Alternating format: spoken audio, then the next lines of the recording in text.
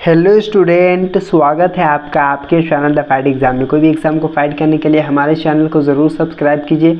चलिए, हम लोग पढ़ रहे थे नन हिंदी 10th क्लास का, ठीक है। अब यहाँ पे देख पा रहे होंगे बाल गोविंद भगत का जो है हम लोग जो देखने वाले हैं वो है शब्दार्थ देखने वाले हैं, शब्दार्थ याद करने वाले हैं। और बाल गोविंद भगत जो है राम वृक्ष बेनीपुरी जी का जो है लिखा हुआ है, इसको मैंने लाइव आकर के पढ़ा दिया है। पढ़ा है तो ज़रूर पढ़ लेंगे, ठीक है। आज हम लोग इसका क्या देखते हैं, शब्दार्थ देखते हैं और शब्दार्थ याद करते हैं, ठीक है। तो चलिए शुरू करते हैं और आपको बताते हैं। देखिए यहाँ पे लिखा है कमली, ठीक है। कमली, कमली के मतलब होता है कंबल, ठीक है। कमली के मतलब यहाँ पे क्या है, कंबल से है, ठीक है। उसके बाद है कलेवा। कलेवा सुबह का जलपान, यात्रा करते समय साथ रखा गया भोजन, यानी कि कलेवा कहने का मतलब जिसको हम कलौ भी कहते हैं, ठीक है ना। सुबह का जलपान यानी कि सुबह का नाश्ता, ठीक है, सुबह का खाना, यात्रा करते समय साथ रखा गया भोजन, ठीक है। पूर्वाई के मतलब पूरब की ओर से बहने वाली हवा, पूर्वाई है ना। और पूर्वाई कहते हैं पूर्वैया हवा जिसको हम लोग बोलते हैं आम भाषा में, ठीक है ना। तो वही हो गया पूर्वाई, पूरब की ओर से बहने वाली हवा को हम क्या कहते हैं, पूर्वाई कहते हैं। उसके बाद हो गया अधरतिया, ठीक है। अधरतिया मतलब होता है आधी रात। अधरतिया का मतलब होता है आधा रात, ठीक है। जैसे मान लीजिए कि अभी 12 बज रहे हैं, ठीक है, तो ये आधा रात हो गया, तो इसी को हम बोलते हैं अधरतिया, ठीक है।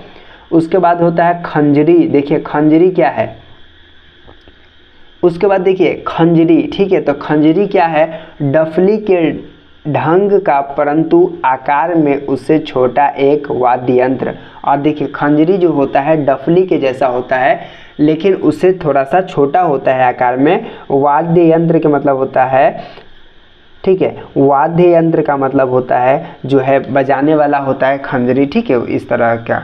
उसके बाद यहाँ पे है निस्तब्धता के मतलब होता है सन्नाटा सुनसान, ठीक है, सन्नाटा सुनसान।